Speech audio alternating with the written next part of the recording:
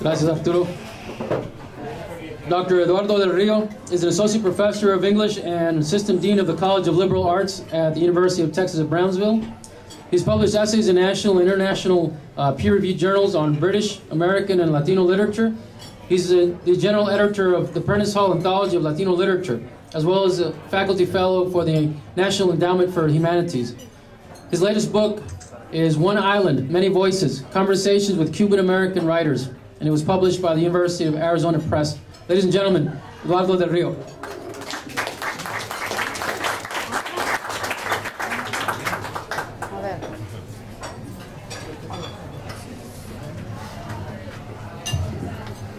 Hello. I want to thank again Edward Del Rio, wherever you are, for starting this whole business out there in McAllen, and Alan Oak for continuing down in Brownsville.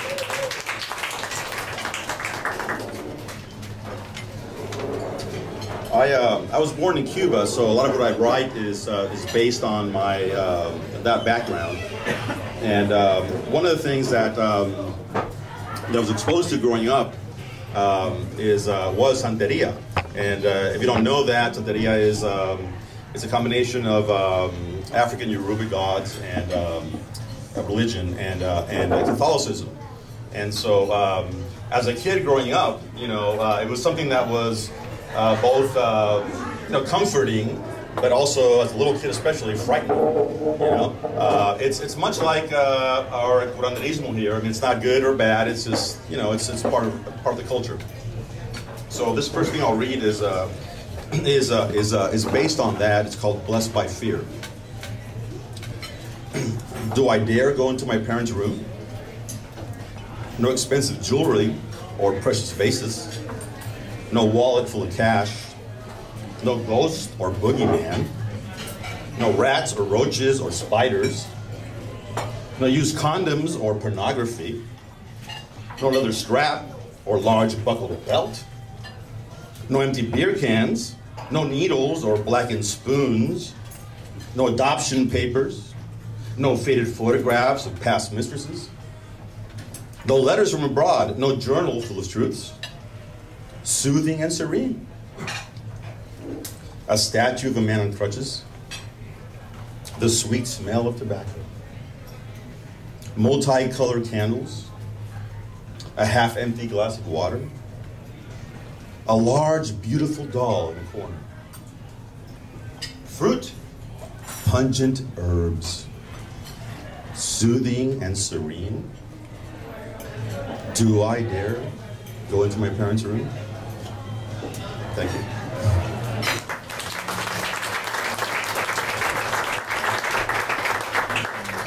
This next thing is about a game that I used to play when I was a kid. I grew up in Puerto Rico, and it's a game I used to play. It's called Doble Treinta. It's kind of like a freeze tag. You touch a kid, and they have to help you, touch the other kids, that kind of thing. And it's called Doble Treinta.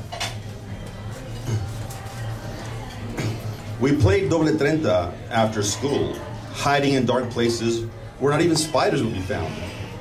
We were running kids, black and white and brown, from Taíno, Siboney, and Castellano. Not afraid of the dark, not afraid of the echoes of long forgotten footsteps that the nuns with wooden rulers left behind. Not afraid of the junkies sleeping under newspapers in the corner of the yard. Not afraid of the sirens whizzing by on their way to a caserio or a morgue. Not afraid of stray dogs wandering hungrily with vacant eyes. Not afraid of long forgotten wars that course throughout our veins. Not afraid of each other's future rage. Thank you.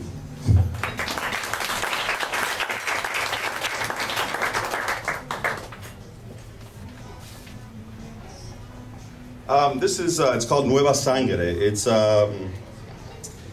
my vision of the state of Cuba as it's progressed throughout the years. The European businessman leaves dollars on the nightstand, and the teenage girl grabs them like a seal with a morsel of fish. When the girl walks out of the room, her supple body swaying in the moonlit night, she smiles and is not afraid. The Russian soldier throws a coin into the water, and the small Cuban boy dives for it, like a dying man with a glimmer of hope. When the boy emerges from the deep, his frail body opaque in the summer sun, the soldiers clap and laugh. The Spanish general thrusts his sword into the flesh, and the Cuban independence fighter dies, like a cry of victory that is never heard. When they bury him without a word, his unmarked grave forgotten in the tales, the silence is deafening. The conquistador touches the pristine beach, and the Siboney chief shudders. Thank you.